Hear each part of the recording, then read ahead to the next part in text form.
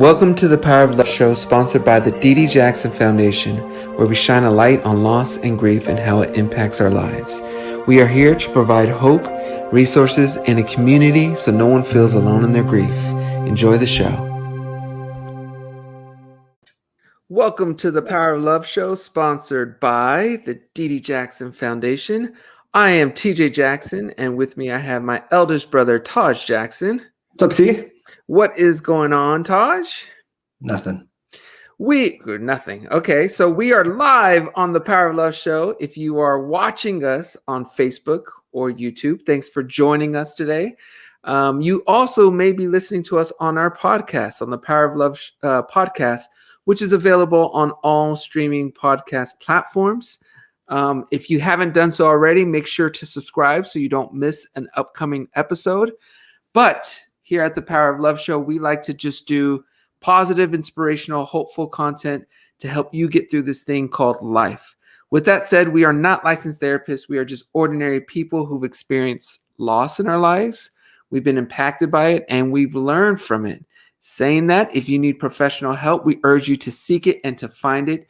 Do not just rely on us. We have a great show lined up for you guys today. But before we get started, I'm not going to ask you necessarily, Taj, how your week was. I'm just going to ask you anything exciting going on. Just appointment, like because of Tiana being pregnant, Yeah. Appointments. And so that's the only time I usually leave the house and stuff like that. But everything's good. Okay, good. So nothing else pretty exciting after that. That's kind of trumps everything. Yeah, I mean, obviously, if we did do the week, we had several birthdays. We had two cousins, one cousin and two nephews. Both of us had. But a couple of things we need to talk about as well is the passing of Prince Marky D, which happened, I think, Thursday, the day after our last live stream. And we, as Taj, Terrell, and TJ, 3T, and the Jackson family, want to send our love to the Prince Marky D family. For those who don't know, he was featured on our title track for our debut album, Brotherhood. And he was just a fun guy who just made you laugh whenever you were around him. So he will definitely be missed by, obviously, not just his family, but by the thousands and millions of people who enjoyed his talent. So he's one of the first producers we worked with as teaching, and it kind of set the tone for us in terms of just the comfort level. He treated it was so almost well like said. long lost family, basically. How so well said, Taj. Because the thing, we grew up in the studio and being in studio, but it was always with the Jackson filter and a Jackson tint and a Jackson surrounding. So when we went to New York and we got with Corey and Mark, it was the first time we ventured outside of our little bubble, and they made it amazing. And I will always feel grateful and in debt to both of those men. So we lost one just last week, and again, we just want to send our love.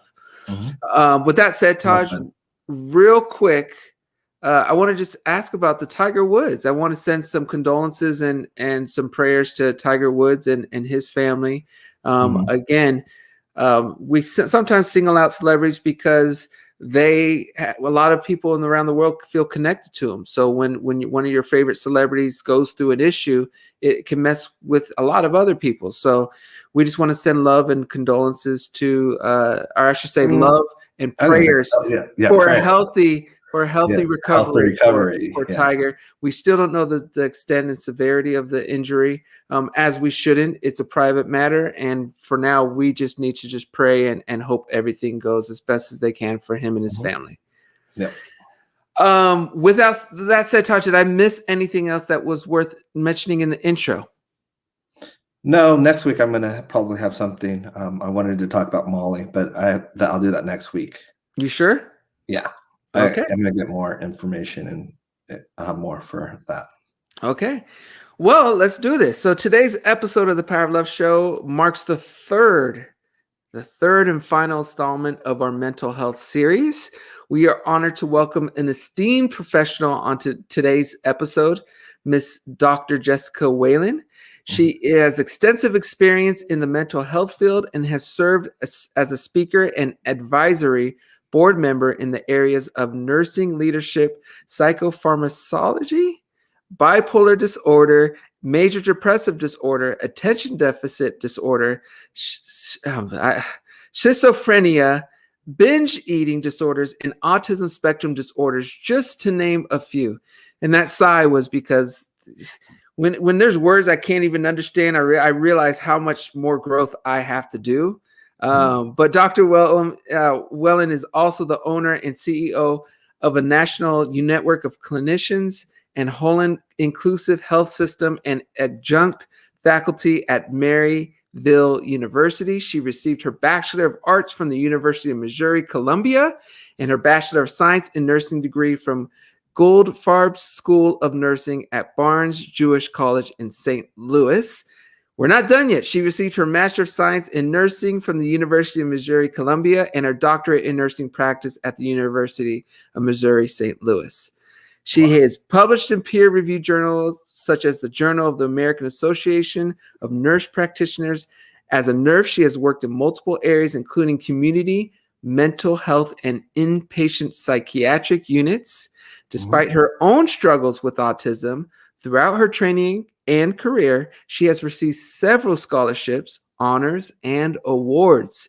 Her most recent award was given from the University of Missouri St. Louis, where she served as an honorary adjunct faculty member through 2019 for her dedication as a preceptor. I'll be honest, I don't even know what a preceptor is, but that's going to be my very first question. But anyway, she's a policy and political advocate and participates in multiple organizations to support relevant healthcare legislation. In 2019, she was recently recognized and published by the American Nurse Association as part of their year of advocacy. Jessica feels she has a diverse experience and passion in psychiatry and strives to decrease stigma and promote education and research in the field. Lastly, other future goals of Dr. Whelan are to become an even more influential leader and speaker, hold political leadership in office to especially promote healthcare and mental well-being of all individuals in the U.S., and have her company, Holland Inclusive Healthcare, be recognized as one of the entities hallmarking best practices in the industry when she grows up. Without much further ado, please welcome the one and only Dr. Jessica Whelan to the Power of Love show. Jessica! Oh my goodness. I'm glad I was off screen. Okay, first of all, how many words did I butcher? We should do like an over-under. Not that many. I was okay. Yeah. You can be honest. Well, you are incredibly accomplished. You've achieved so much in life. I have to stay true to my word as the first question. What is a preceptor? So that is someone who actually teaches and educates. It's kind of like doing an apprenticeship. I'm the person that's over the apprentice. So they're stepping underneath me to learn. And in nurse practitioning, this is very important. They're apprenticing underneath to learn the trade or the skill. Got you. Okay, you learn something new every day. Okay, so I love to start off with this question: is what inspired you to go into the field of mental health? Well, I hadn't seen myself there actually. It just kind of fell there, but it definitely is where I was supposed to be, and I'm glad it fell in my lap. I think most people that are meant to be there are called there, and it definitely becomes a calling. You are just right for it. I've had a couple students that are the exact same way. They know that they need to be there, and I definitely felt it the moment I walked onto a mental health unit. And when my teacher or my preceptor, my clinical instructor was like, "You have no fear talking to the patients on the unit." And I was like, why should I? It's a person. Like, why am I supposed to be afraid? Maybe that's the autism, but at the same time, I was also like, is there a reason I should be afraid? Wow. I'm talking to another human. Yeah. I mean, there's nothing I felt like I should be afraid of at any time. Yeah. And I think at that moment, there was a difference. Okay. And I always felt that way. So go ahead, Touch. Yeah. So you said that you locked onto it basically, but basically, did you ever have doubt or almost like, did you push against it? Like, this is not really what I'm supposed to do. I'm supposed to, my goal was this, or was it kind of like just a little bit? So originally I thought I was going to be a NICU nurse practitioner, and that was the route I had kind of headed along, and it was headed that way, and there was no jobs when I first graduated, and I actually ended up being a medical assistant right out of school and couldn't even get an RN job when I first graduated from nursing, and wasn't even headed that way. And so, and I actually got experience in autism spectrum working as an MA in a developmental pediatrician's office, and got kind of more experience in mental health there. And that was another area and avenue that I started just picking up. And you kind of just start picking up these bits and pieces and realizing how much advocacy is needed, and how much people need that support. But another area that it just kind of kept resonating, and where I kept finding that for me, every step of the way in healthcare, and this could just be every step of the way for me, I've been a butting against the system kind of girl. And I felt like my entire life I've just been fighting the system. But what I love is you do it with a laugh, and you seem like you have a really cool vibe about going through your life, and I have a funny story about that too. Oh, I would love to hear it. So I had a therapist once that told me my affect was incongruent to my mood, and it was inappropriate. Really? And yes. And it actually made me so stressed out, because she was yelling at me and said, "You have trauma and you need to be crying about that trauma. You should not be laughing." And I'm like, what am I going to do? Like, should I cry about life? Like, because I've always been the type that I'm like, you either laugh or you cry about it. That's all I've known. But she was dead set that I needed to cry. Yeah. Dr. Jessica, is she still your therapist? No. Okay. You knew the answer. I knew the answer, but I just wanted to clarify to anyone out there who's making them feel like that. Maybe it's time to change therapists. This is why I wanted to bring up that story. I love that. I love it. Okay, so you shared with us in the pre-interview that one of your interests is autism and neurodiversity, and that you identify as a female who has always struggled when trying to get a formal diagnosis. Yeah. Can you first explain what exactly is neurodiversity for our listeners? I mean, I know what it is, but for our listeners. So, and I think this exactly ties right into that. So it wasn't until years later, and that therapist story is an exact example of that. So I also love doing genetics, and later I learned that I actually have a gene that makes me, 15% of the population has it, that has you have positive affect under stress. So I actually do have a gene that makes me smile through stress. Wow. And I actually have another gene that makes me more likely to be very stoic and have muted emotions. So if I either tend to have not much of facial emotion, or tend to just be more positive. So I tend to be more stoic in general. And you can think of different populations that have that. So neurodiversity is just that. We have different learning styles. We have different thinking styles. We have different ways we perceive, learn, emote, express, all of these things.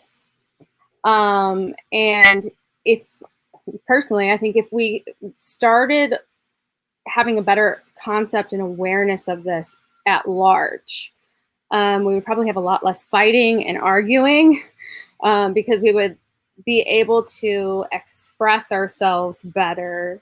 If we understood ourselves better and could express to others how we think, feel, and perceive. Some of us already have started doing that when we take those like personality tests and we take those work tests.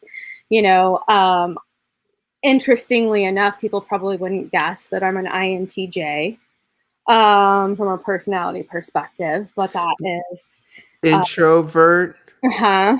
N is, what does N stand for? It means Intuition. Intuition. I was gonna say you go with your thinking and judging. Okay. Yeah, my one of my friends tells me that I need to take the test, and I need to do that. But okay, I have another question for you. Yeah. Can you explain, because you're the first person that I want to say I'm having an in-depth conversation with when it comes to autism, and I'm curious to know. I shouldn't say it like that, but one that's as that can maybe explain things to me in a wonderful way. I'm curious to know about your search of diagnosis, like how that process was. Was it lonely? Was it isolating? And how you came and how you dealt with the diagnosis. So for me, and my story is probably a little different since mine comes mostly through my kids, and since I'm a practitioner, my story is already different. So I also like to share kind of the route a lot of my patients experience, because theirs is probably more of a typical experience, and theirs is a lot more of a path of frustration. Like, I still actually don't have a full formal diagnosis. My kids are getting them. Got it. All three of them. And I always tell everybody my house should be a case study, because every one of my children have autism spectrum traits, and they all present all different. And there are some studies that support that the traits are more likely to carry through mom.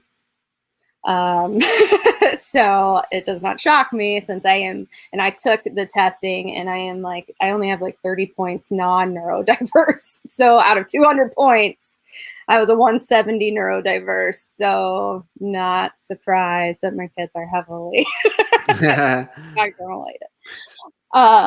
So when getting the testing, though, in the United States, I feel like it is very hard, especially as someone, if you are what they use is to say high functioning. And a lot of people don't like high functioning versus low functioning, because even individuals that have language, and that's what they used to kind of categorize as what was high functioning, people that could speak or that had verbal skills, that doesn't mean that they're struggle.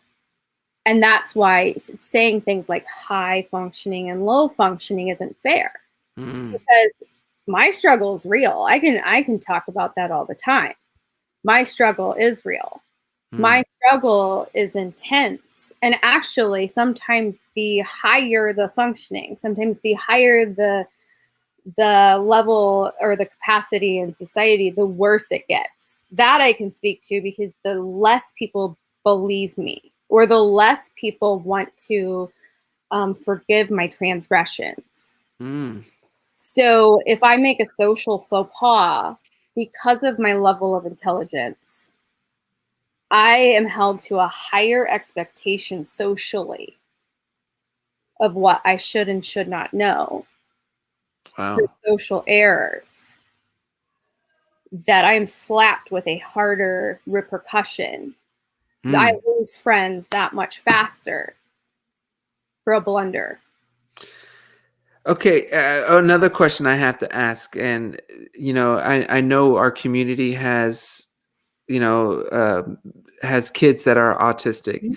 What advice would you offer to parents of children, or even adults themselves, who may be in search of a diagnosis first and coming up empty or feeling frustrated or defeated because they're not getting any definite yeah, exactly. So what advice would you give them? Keep going, even if you have to go to 14 different people. Keep going. My cousin, I think, had to take her son to 14 different psychologists before Wow. we got one that was actually familiar enough. I can't tell you, I cringe. I have gotten patients so many times. I can tell you how many results I've read that will read specifically this. Is why I'm so happy to be on the show. That say cannot be autistic because has good eye contact and is a female. Wow. That it literally reads that. And I'm like, okay, those are not exclusionary. Those are just two symptom possibilities. In fact, the DSM says for specific, those are just two examples of particular symptoms that are possible.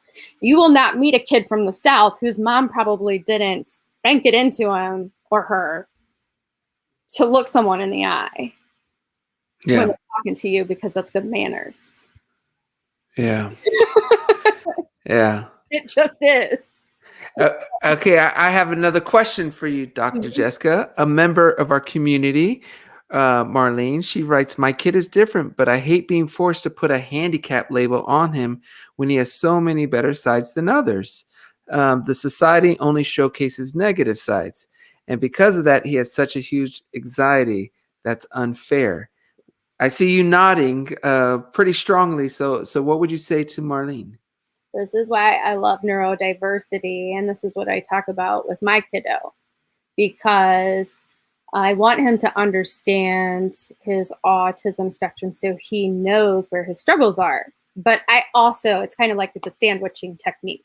I talk about where the struggles are so that he knows what the deficits are that come with being on the spectrum. But there are things that I appreciate about my brain that I wouldn't trade off. And someone who is neurotypical has the same thing. There's ways that their brain is not going to operate like mine. I'm curious to know. You just said there's things that in your brain that you are happy and you wouldn't want to trade. I'm curious, like, give me one example. There's logical processing things that I can compartmentalize and I can put away. There's patterns that I can see and I can pick up on, like almost like statistically, that I love can it. Easily. I feel like it just comes to me naturally, and people are like, I wouldn't have even seen it that way. Love it. Okay, there's a lot of questions from the community, so I'm going to just go through some of them real quick, if that's okay. Carol asks, "Is there different types of autism?" So this is a hot button, because in the DSM-4 they broke it all out, and they had it as like PD and OS, and they had it as Asperger's, and they had it broken out. Now they have labeled it all as autism spectrum disorder. Okay. I like to still break it out for my patients because the stigma makes it very confusing. I almost feel that by putting it all in a lump, they almost did a disservice a little bit to the community right now, because they had a hard enough time identifying individuals, they still do, that they're not picking up on individuals who may have not stereotypical symptoms. In fact, if you've seen anything about the new Sia video, and there's a huge, yeah, I heard about that. Huge hype is all up. Yeah, I heard about that. Yes. They're really upset that it's going to be another, people are upset. I'm like, it's fine as long as they use it as another vehicle to talk exactly like we're talking now, that there are different diverse presentations that people, I think if they use that platform, this video is coming out, this movie's come out, that, use that as a vehicle for change. Talk about what you see in the video and what that means. And yes, this is what a classic autism looks like, but this is what, other individuals look like who are, maybe not that presentation. You can use that to inspire, and you can use that to educate. That's what it's all about. Then that's the purpose, and then that's the beauty of it. That just needs to happen.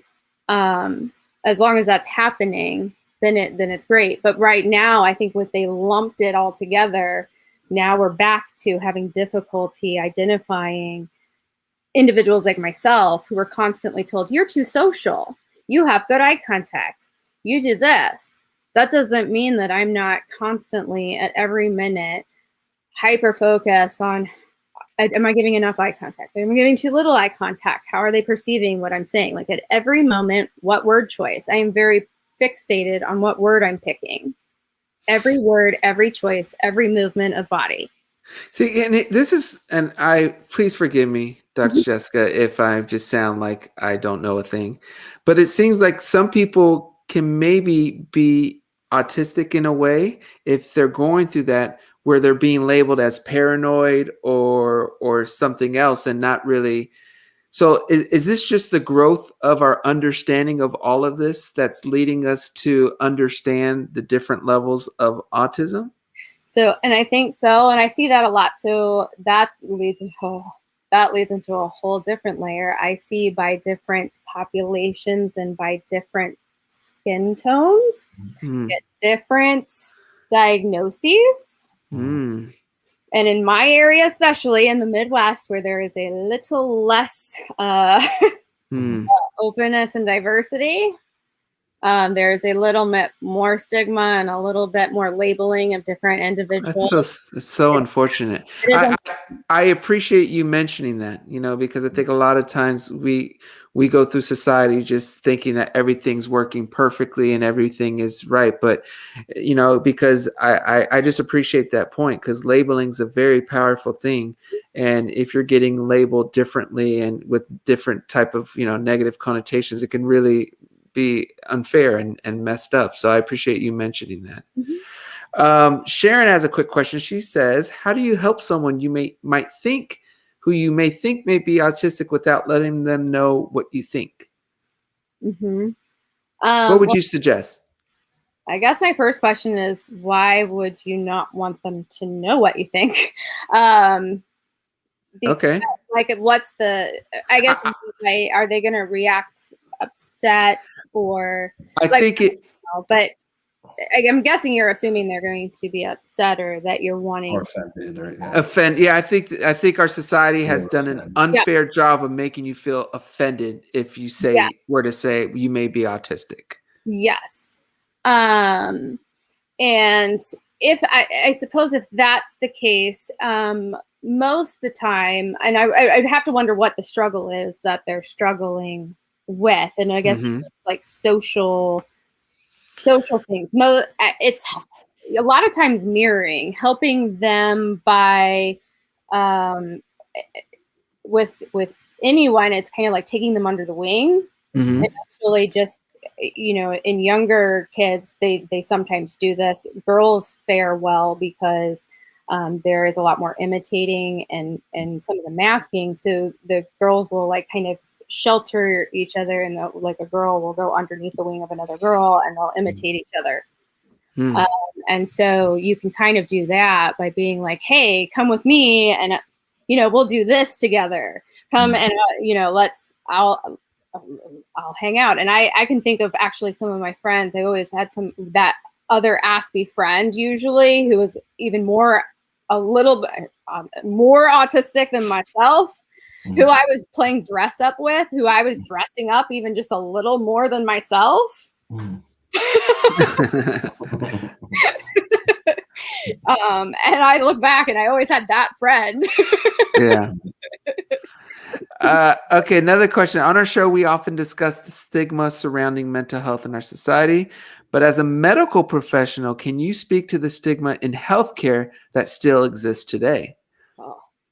It just in general with autism, or in general? In general, or either one, whichever one. Well, there's so much. So let's stay with autism then. Yes. And well, I'll try and go on a whole, because I do feel that, because I see it especially even in an addiction, because there is a lot of, when they're trying to get through, and there is so much right now trauma in medicine and so much overworked, underpaid, like they're actually an oppressed society, healthcare professionals right now, and there's actually a lot of abuse and violence in medicine.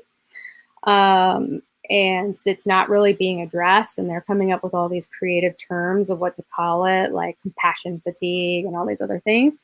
But they're getting burnout and they're getting exhaustion, that I think they're that stigma. And so they're almost, these labels that they're putting on patients, they're starting to apply it. And what I'm seeing is they're now almost putting this blind eye with algorithm-based care. It's like, okay, you have this symptom, I'm applying this diagnosis to you. They're not seeing that person anymore. They're seeing symptom, blah.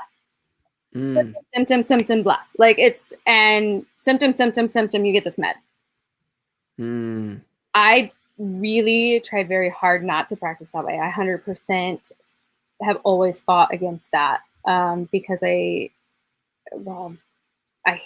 think it's wrong 100%, because it leads to inaccurate diagnoses, and it leads to actually usually bad care and patients not getting well, usually 100% of the time. One more question from Nicole. What techniques can you adopt as a parent of an autistic child in order to support them? First is listen. A lot of times they will tell you. That honesty to a fault is true. A lot of times it's that perspective, though. So what may seem like, because sometimes the trap is they're like, oh, but they're lying, or they're this. I hear that all the time, and I'm like, no, it's probably a communication with. And so maybe either there's a omission of facts, or you're not getting the whole story because they're forgetting to tell you part of the story, or the right questions haven't been asked yet, or the right truth, or it's a perspective difference. Because of that difference, you know, my husband and I took the neurodiversity test or whatnot. We are literal brain opposites. It's creepy. Like, completely one side, and he's completely. I did our genetic testing, and literally, I'm completely homozygote one way, and he's completely the other way. It's bananas. So that perspective difference, understanding and really listening, because they're usually telling you, and if they can't tell you what, like verbally, they may be showing you in music, they may be actually playing it, they may be sounding it, they may be drawing it, they may really be trying to tell you something. That's the best support, is listening or seeing. What's the biggest misconception when it comes to autism or mental health in general? What's the biggest misconception? That people are just broken or stupid, or that it's all just wrong, or that bad, or that moral failing, or that it's choice.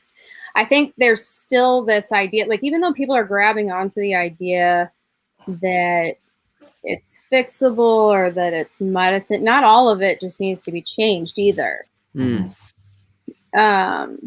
That's something else. Not all of it needs to be changed, and not all of it's broken. Some of it just needs to be more understood, and how it all works together and fits together, and why it's there. I love that. I think that's important to say, that you don't have to fix everything, and everything isn't, messed up, so to say. Okay, Taj, was there anything else? Because before we start to close, I definitely want to hear what Miss Dr. Jessica has to tell us with the minute. But I want to make sure before we get there, what if you had any other questions?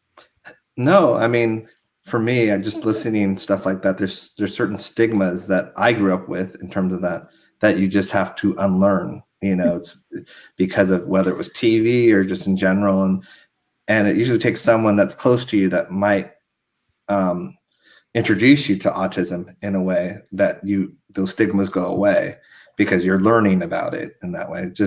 We have a long way to go still, but we're making progress. But I thank you for being on this show because, our listeners are learning a lot from this. So. Yeah, I mean, even Nicole, when we just asked the questions, she said, active listening. Thank you for answering my question, Jessica. Yeah. So I echo what Taj says, and thank you. You're always welcome here. This is something that we don't really even here, we haven't discussed or talked about much, and we don't know much about it. So just you being here and educating us and talking about it really helps. So and we love your energy, and that's been another thing we've been seeing. Everyone loves your energy. Oh, thank you. So with that said, Miss Dr. Jessica, I warned you before the show, up to 1 minute to talk about whatever you want to talk about. Favorite book, cooking, autism, mental health, Super Bowl, whatever you want to talk about. All Ready? right. Here you go. Well, then I guess I'll talk about holacracy and why I picked Hold On Inclusive Health System for the name of my company. Love it. Love it. So I have a secret. What I'm working toward is I'm trying to bring holacracy to healthcare. So I intend to write my novel, because you go big or go home, right? So my theory is to debunk Maslow, because blasphemy, because I have to buck the head system, right? I have to buck everything. So and real quick, Maslow, that's where the needs are first. Hierarchy of needs, right? Right. So it's a triangle, right? And it's a hierarchy. And figure I am anti taught everything, and I am anti that hierarchy. Okay. So the foundation, I am anti the foundation. and I know I'm just messing up your minute, but I want to know why. I mean, not that I'm for it, like I don't know enough about it, but what is you're passionate about that? What is it about it?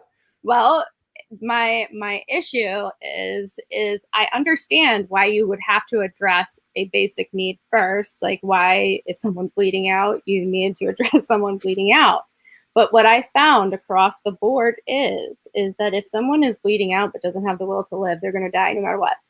You're not always addressing the psychosocial at the same time that you're addressing their bleeding out. If you're not addressing all the needs at the same time, and this is how I've always felt as someone on the spectrum, if you're not addressing all of it at once, their environment, their psychosocial, and this is where holacracy fits into me.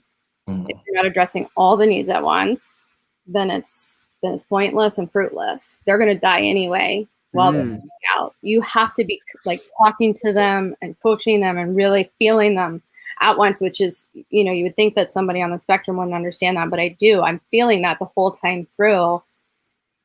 And I think that's why it's stressful, is because I understand that I need to be doing that, but it's no, that's powerful. I never thought of that, but you're right. It makes complete sense. You got to make sure all aspects of that person's okay. Okay, so how do people hear more? I put up Twitter and this website, www.hihealthsystem.com. What is here? What can people learn from, and how can we get more of you? Yes, so I have that. I have Twitter, I have Facebook, I have LinkedIn. I am pretty much social media everywhere. I'm hoping to get a podcast here started. Yes. I would love to. That's been one of my goal lists, and a blog, all the things. I'm working on getting all those started at some point. Well, please do. We are supporters of what you are and what you do, and we want to thank you for joining us. Again, always looking at the comments, and people are appreciative. So thank you. And what I love about it is you have a light, fun way of talking about something that needs to be talked about more and more. And I just want to thank you for contributing to our show. Thank you. So with that said, we are going to close. We will be back next Wednesday at 1 p.m. everyone. Until then, please be safe. Much love always, and God bless you.